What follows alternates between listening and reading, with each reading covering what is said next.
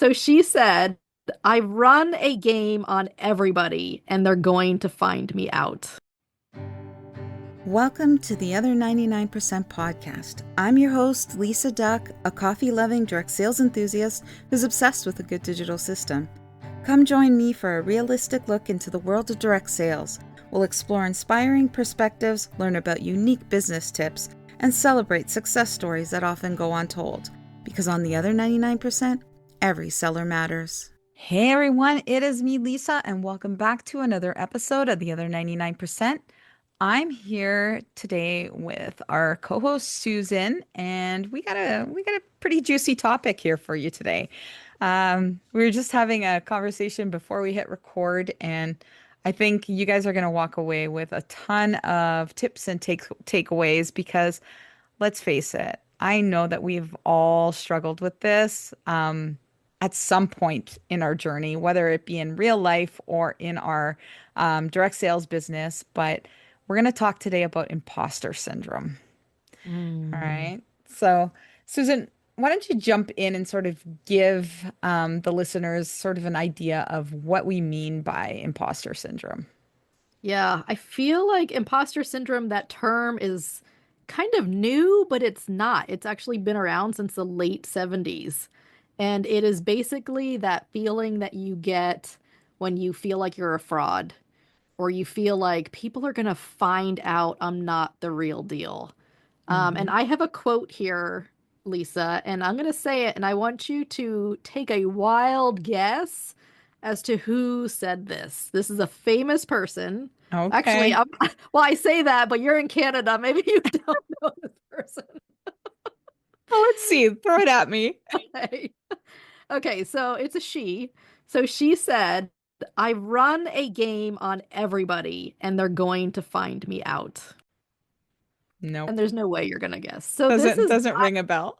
Maya Angelou. Okay. You know who that is? Yeah, we know. I know how that is. Like Okay. that's a familiar name. I've just never heard that quote before. Yeah. So civil rights activist, author, um, I think she had like 50 honorary awards, honorary degrees, dozens of awards. I mean, she has just done so much for our country. Um, but she, with all of that recognition and a compliment, she said, I've run a game on everybody and they're going to find me out. So even she had this feeling like, I'm a fraud. I'm not good enough. Who am I to do these things? So if she has felt like that, then nobody is immune to it. Yeah, that actually And I gave me heard the goosebumps. So, yeah. And I heard somewhere too that 70% of people experience imposter syndrome at some time. And I thought, it's 100%. The other 30% just have not identified it as that. that's so true. So Oh my true. God. Yeah, I think, a lot of us, when we're dealing with direct sales, we can, and the imposter syndrome might come out in terms of like a fear of failure. So we don't want to do anything because, we're not good enough. We're not gonna succeed at that. Yeah. Or it could be, the other way where it's like, oh my God, I can't do that because what if I do succeed? I don't fit into that class. Like, you know Yeah. what I mean? Like that's just not me. Like I could say that in terms of like, I don't know what I would ever do if I was at the top 1% of the company because to me, in my mind, who I am isn't that 1%, Hmm. right? So we deal with that imposter syndrome every day, but what's there to say that I can't be that that top 1%, right? And those people in the top 1%, they have it too. Oh yeah. There's someone else that they're comparing themselves to. Yeah. Yeah, for sure. So let's talk a little bit about some sort of situations where we've had imposter syndrome in our own business. And you guys are probably gonna find this funny, but I faced this and it took me so long to hit record on this podcast because I had that floating in my head. Like, who really wants to listen to me? What do I have to share? Like, I'm going to put that out there and people are just going to laugh at me. Like, it's like, And then every time we get comments or people talk to us about our podcast, it's like they're singing the praises and they're saying like how much ahas and tips and takeaways they're getting from that. So it's like it's slowly lowering my imposter syndrome, but I still have it. I still Mhm. have it. Like each time I hit like schedule on our episodes, it's like, is that one gonna be a good one? Are people gonna like, right? For sure. And it's, you put the content out there and I think we're focusing on the people who probably will never listen to the podcast. Mm-hmm. That's who we're picturing when we say, "Who am I to do that?" Because those people will be like, "Who is she to do that?" Yeah. But we're not focusing on the people who are really resonating with the content and the people who are on, the same wavelengths that we are. Those are the people who we're not even thinking of, and those are the people we should be thinking of. Well, and it's So true because let's face it, like if you go out and listen to a majority, and I almost beg to say like almost all of the podcasts out there, they're done by those who claim to be top in their field and they're $1 million earners and they built mm, teams of like thousands and it's like I don't have that to say, but I can tell you that I have like 20 years experience in the field. I built a yeah. solid business. I know how to take care of my customers. I know how to treat my team. I know how to train people. Mhm. And it's like one of those things is like, yeah, but still, who am I? Right? Mhm. Who am I? So Yeah. it's hard. It's hard. But I you have mean, so much to offer. And I think about those people, those top sellers or those, Amy Porterfield, like the top people, and I can't relate to them. hmm I am never going to have $1 million business. I don't know that I want $1 million business. They're not relatable. But like, this podcast, we are the day-to-day direct seller who's hmm working their business every day. This is our full-time jobs. And a lot of people I think will resonate to that. Like, how can I live my life the way I am now, but have a successful direct sales business too? So you have to find your people. Yeah. Yeah, for sure. So Susan, what have you experienced? Like, have you experienced the imposter syndrome in your Oh life? yeah. How long is this episode? Let's see. So I have oh gosh, I don't know where to start. So one recent one, I was recently asked to speak at our conference this summer, on fundraising. And I had two really great fundraisers this year. So our CEO called me and asked me if I would be willing to speak. And I'm like, oh my gosh, like honored. Absolutely. I would love to do that. So we talked a little bit and then I got off the phone and immediately the thoughts come in. And I'm thinking of so and so who had a much bigger fundraiser than I did. Mm-hmm. Why isn't she being asked to do this? Or so and so who, her whole business is built around fundraising. Why I think she should do it. Like ready to call our owner back and say, "I think you called the wrong person."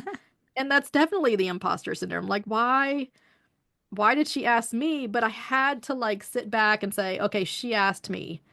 I didn't go to her and say, "Hey, can I speak at conference?" Mm-hmm. She asked me for whatever reason. Maybe my story was more relatable. Maybe I was a fresh face. I don't know, but I just had to really take confidence in knowing that she asked me, and I will do the best that I can to share my experience with everyone. So that was one. Mm-hmm. Um, as I was preparing for this, Lisa and I were talking about this just before the podcast. Um, I was able to identify a time recently, and it lasted for many, many years that I was dealing with imposter syndrome. My husband is a pastor, and when we got married, he was in seminary going to school to be a pastor. And when he became a pastor, all of a sudden, I had this title as pastor's wife. And I still hate, I've been married for 26 years. I still hate being called a pastor's wife because growing up, I had a very healthy church, amazing pastors families. But the pastors' wives that I knew wore long dresses to church. They homeschooled their kids. They Mm-hmm. taught Sunday school. They sang in the choir or played the piano. They knew their Bible inside and out. And I'm like, I am none of those things. Like, I do my best, but I am not the typical pastor's wife. And so when people would call me that, I would stop them and I'm like, I don't want to be called a pastor's wife. I'm very proud of my husband and who he is, and I support him and will do all the background stuff. But when you call me pastor's wife, I feel like that puts me on a pedestal where I don't belong. Mm-hmm. So it took, I mean, years. I would say it's just the last couple of years where I realized I can be a pastor's wife and I can do it my way. I don't have to fit into the mold of the other pastors' wives before me. But that took like 20 some years. And preparing for this is when it hit me like, that's imposter syndrome. Mm-hmm. Yeah. So that So was huge. what have you done to help you overcome that? So I think maybe it comes with age. I don't know. I got married when I was 22. You're a little more, you care a little bit more about what people think when you're in your 20s and even 30s. I'm in my late 40s now. So I think I've just kind of grown into it and have more confidence now. And this is the funny thing. Nobody in 26 years has ever said, like, Susan, that is not what a pastor's wife does. Or, Susan, you are not a very good pastor's wife. It's all in my head. Mm-hmm. Yeah. And that's the terrible thing. These lies, they come from us. Nobody's telling us these things that we can't do it. Lisa, did anyone ever tell you you shouldn't do a podcast? Who's going to listen to it? No, but in my head, it's No. like, yeah, it's all in my head because it's Yes. like, well, what are my kids gonna say? Like, they're on Spotify every day. What if my face pops up and they see like how can I do that? It's like I'm their mother. Like, they don't expect me to be on Spotify and, Right. and going through all this stuff. And it's like, but that doesn't really matter.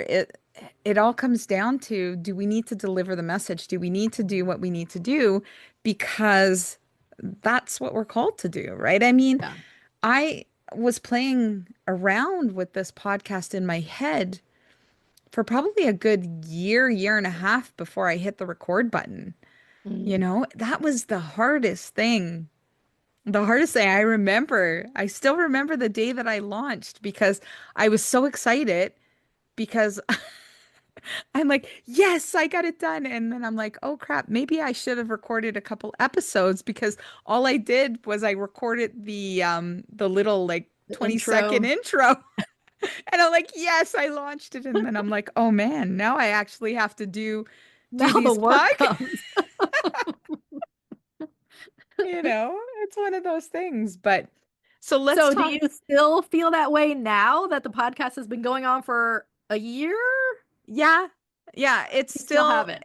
I still have it. I can admit to it because there's some topics that we talk about and I'm Oh, like, "Oh, do I really? Like, I mean, am I qualified to talk about that or right. like, like do I know enough to do that?" And yeah, it's just this really weird thing. It's like, but at the end of it, I'm like, that was really good. And I'm probably not like the average podcaster because I listen to every episode over before it airs Yeah. because I do all the editing myself and then once it's edited, I listen to the full podcast. And I usually come away with like this big smile and that feel of accomplishment because I'm like, Yeah. okay, that actually did sound good, even when we do stumble on on a few I things laugh because when I listen to the replay, just like I do when we're doing it together. I'm like, yeah, oh, I know this joke is coming up here. yeah, and I'm like, but and then the what really gets me, and it helps to lower or make that imposter syndrome sort of fade away, is the comments. The Yeah. comments that people leave on the episodes. It's the messages that we get in the inbox. I I still remember the one thing that made me probably smile the biggest is when I got onto a call with Robin Garcia. and she's gonna giggle because I know she listens to every podcast. And it was the first time that we were face to face, first time that we were actually working together on the call. We were working through some questions that she had about her Oh My High site. And she goes, okay, I just got to get it out of the way first. She goes, I'm gonna do a little fangirl here, but like, oh my God, I'm actually talking to Lisa Duck. I'm like, oh my God, really? It was like my face went red, and I'm like, that is crazy. She goes, yeah, I listened to your podcast, and now I'm talking to you face to face, and I'm like, oh my God, I'm not Like famous, crazy. Oh, I love that. right? And it's so funny because I think it was like a few weeks ago, my son had some friends here, and I was doing some editing at my computer while they were watching something. And my oldest just said to them, "Yeah, she's a podcaster." And they're like, "What?" She's like got a pod. Yeah, he goes, "Yeah, she's on Spotify." So there they are looking up Spotify, and so it's like some of our listeners are probably like, 21-year-old men. They're just sort of seeing what Lisa's up to, right? That's funny. I love that. All right, so I have a question. This came across, I'm reading Do It Scared by Ruth Soukup. Ruth Yeah, Soukup. yeah, that's it. Yeah. Okay. All right. So, and she has a fear assessment at the beginning of the book. So I took the fear assessment, and one of the questions, which I thought was very interesting. So here's a choice for you, Lisa. Would you rather do something you've been wanting to do for a long time, do it and fail, or would you rather live with regret never having tried it in the first place? That is a hard one. That Yeah. is a hard one because I think that many of us just end up living with regret because we're Yeah. too afraid to do it.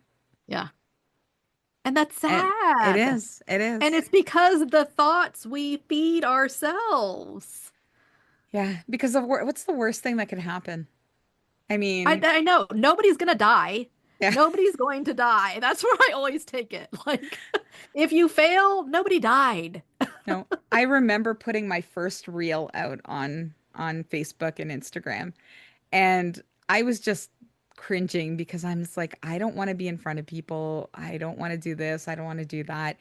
And it was this silly kitchen hack where you like, if you have a cooling rack, you can put the cooling rack over top of a bowl, take a hard-boiled egg, and you can mush it through, I remember you that. know? Yes. And I don't even know what it's up to because I've stopped looking. But the last time I looked, I think it was like at 187,000 Oh my views. gosh. And I'm like, people are actually watching this. But then you know what? And it's really crappy. But you know what feeds that imposter syndrome?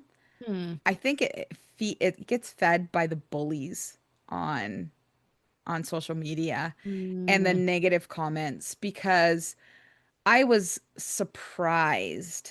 And so this is why I actually walked away from that reel and I don't check on it anymore. I was surprised at the negativity in the comments on a Hmm. reel about smashing eggs. Like, Right. number one, why don't you have gloves on? But Ugh. then you know what got me like what made me smile is the people that came to your defense. It's like, Hmm. why Do should you this wear lady gloves in put your gloves? kitchen? Like she's Yeah. cooking for her own family. Like what are you Right. doing? Like why she's not gonna put gloves on, you know what I mean? Yeah. And Yeah. then it's like, I'm plus size. And then there were people talking in there talking about, oh, I bet you could eat all those eggs yourself. And it's like, do you really need to say that? And it's like, Gosh. so all of that stuff helps to Yeah. feed on our fears, And it's right? a shame that one negative comment has the same weight as 200 positive Yep. comments. You Yeah. hear one negative thing and that's all you focus on, and that's a shame, but that's just the way our brains work. Yeah. But I think that's why a lot of us we have this imposter syndrome. It's almost like a protection, Yeah. Yeah. right? It's stopping us from getting hurt. It's like, oh, we're not good enough to do that. People will make fun of us. Yeah. Or We we're don't want to not be good. vulnerable. Exactly. Yeah. Exactly. So another thing I learned about imposter syndrome is that really it only comes out when you're about to make a big move. when you're about to, if you're just sitting around like being comfortable and not doing anything out of the norm, that you're not gonna have imposter syndrome because you're just sitting there doing nothing. But Mm-hmm. when you're about to do something big, take a risk, make a major change like in your life or your business, that's when the imposter syndrome really hits. So I thought that was interesting. So when you're feeling that, those ideas that you're a fraud, know that you can either choose to push through it and do the big thing, Mm-hmm. or you can just continue where you are and regret it, not doing it, and just keep thinking about it. Oh, it's so funny because we were just talking about some stuff before we came on here about Hmm. some big moves that you might see us making in the near future. And we were talking about how we could even collaborate some more outside of the podcast on some things. So, yeah, we gotta overcome that imposter syndrome and just No. jump to it, Susan. We just gotta get it done. Gotta get Yep. it done. Our Gotta close our listeners, ears and just yeah, do it. our listeners really want to hear more about what we have planned. So, We do have a lot planned. It's very exciting. All right. Well, how about should we talk about what are some things we can do about imposter syndrome? yes. Yeah. Yes. So, what's something that we can do? I mean, I like the one thing that makes me smile and helps me get over it is taking in all of the positives and leaving beside the negatives. So, write a list. I've actually started reaching out to people asking for recommendations and reviews if Mm, they've worked with me.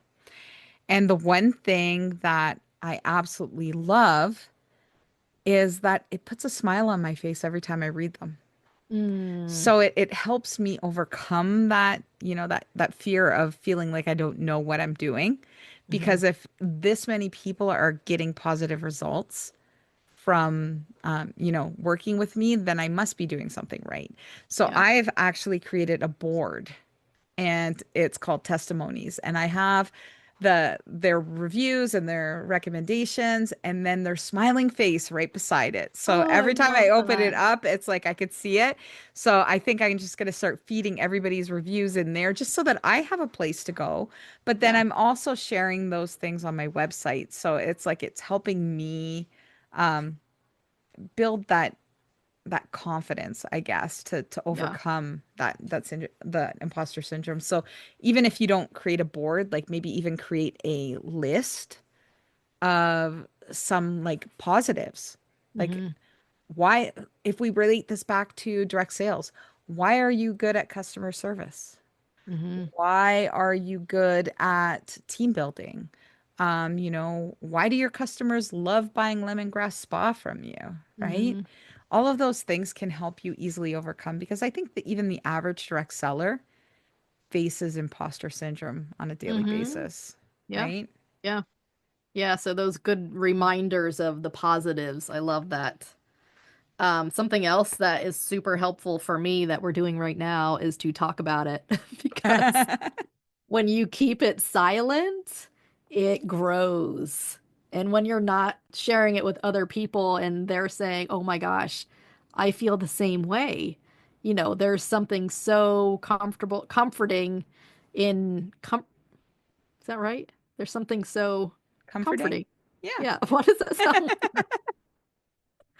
It makes you feel good to know that other people are in the same boat because it can be very isolating and very lonely if you keep it to yourself and you think, I'm the only one who's dealing with this. There must be something wrong with me. Just know that there is nothing wrong with me. You are growing. And it's actually a good thing to have those feelings. So, talking about it, and remember that the statistic says 70% of the people experience it, but I Hmm. think it's 100%. Yeah. Yeah. We're definitely not alone in that. No. Now, have you ever been one to do like things like affirmations to try and help you through? Because I mean, I've tried. I just, I can't talk to myself in a mirror. I know, I don't know about affirmations, but I have done like if the thought that's coming in is saying you're not good enough, turning it around, you are good enough. Hmm. If the thought coming in is saying no one's going to listen to your podcast, it should be thousands of people are going to want to hear the message that you're giving on your podcast. Yeah. So that has helped me. You take the negative and turn it around and focus on that. That has helped. Yeah. And one thing that I find is that, sometimes you just got to do it. I remember on a podcast I was a guest on, and I think it was one of Sammy's podcast, and she asked me for my favorite quote, and I'm like, just do it. Like, I'll quote Nike because it's like you really do. Like, even when I go back to the podcast, I just had to do it. You know, Yeah, if it yeah, failed, it failed, and that goes to your question. It's mhm, like, I did it just to see what happened. yeah, I'm like, I'm completely surprised that like we're on going into year two, and it's yeah, like, oh my God, I can't believe this. yeah, And we haven't missed a week yet, which is like, wow. Um, but yeah, just doing it, build that confidence just to get it done, yeah. right? So Sean Cannell, he's a YouTuber I've been watching.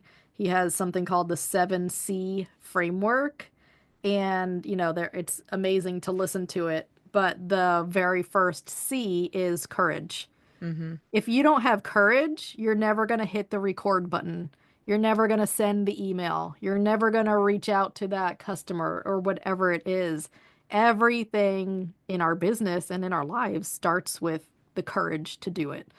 Yeah. So I love that. And then the last thing I wanted to say about, helping you overcome the imposter syndrome probably was the biggest move that I made in my direct sales career. And that was finding my people. Mhm. Before 2020, I was stuck in the groove of, oh, I can only learn, I can only um, work with people who are within my company. Mm, And when I actually turned that page and found the Modern Direct Seller Academy and found the group of people that I became like really close friends with, even though we've never met in person, it's like, but we work so well together. And like you guys have helped me come out of my shell.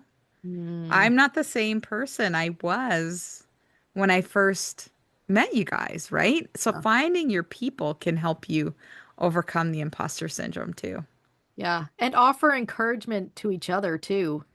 Because you said, you have that board of all of those encouraging, positive messages people have given to you. So make sure that, you know, I will make sure that I am encouraging others too, because those positive words and encouragement, I mean, they mean the world. Yeah. So be an encourager in your tribe with your people.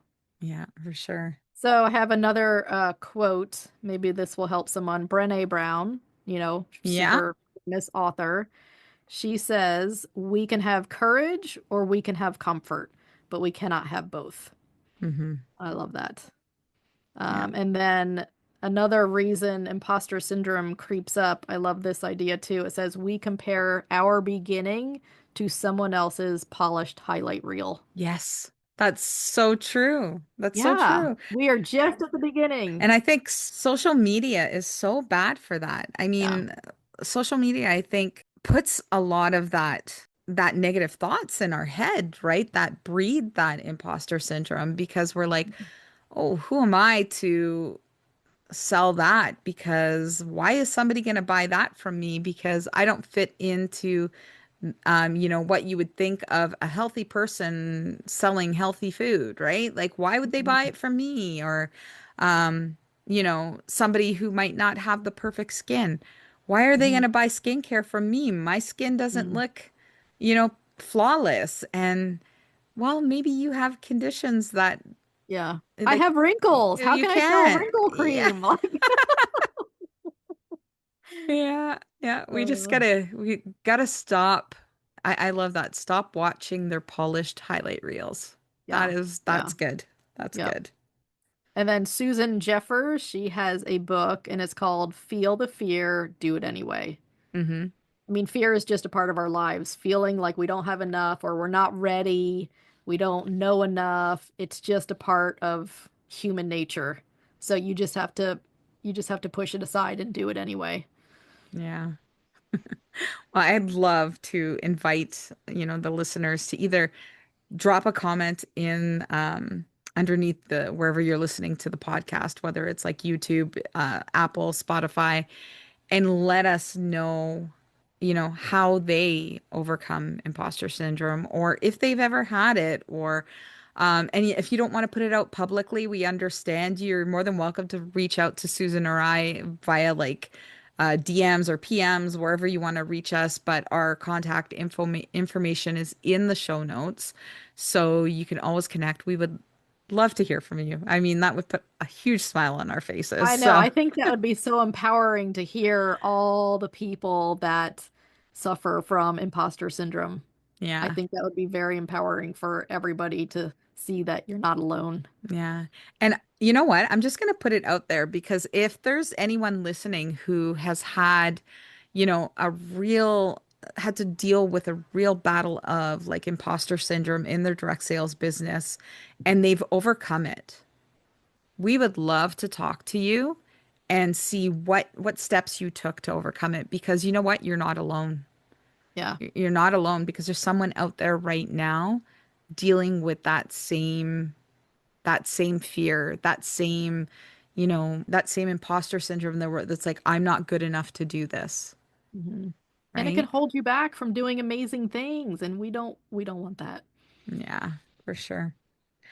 Well, Susan, I think we've come to the end of another episode, and we just want to thank everybody so much for taking the time to join us and listen to us ramble. And I hope you get the giggles that we do doing the podcast. But we really enjoy coming to you each week. And thanks again so much for joining us on another episode of The Other 99%. And we'll see you again next week. Take care. Hey, thanks so much for taking the time to listen to the podcast. I hope you enjoyed this episode. If you would take a minute to rate and review the podcast, I would absolutely love it. And if you know someone who really needs to hear this podcast, please feel free to share it with them. More listeners, the better.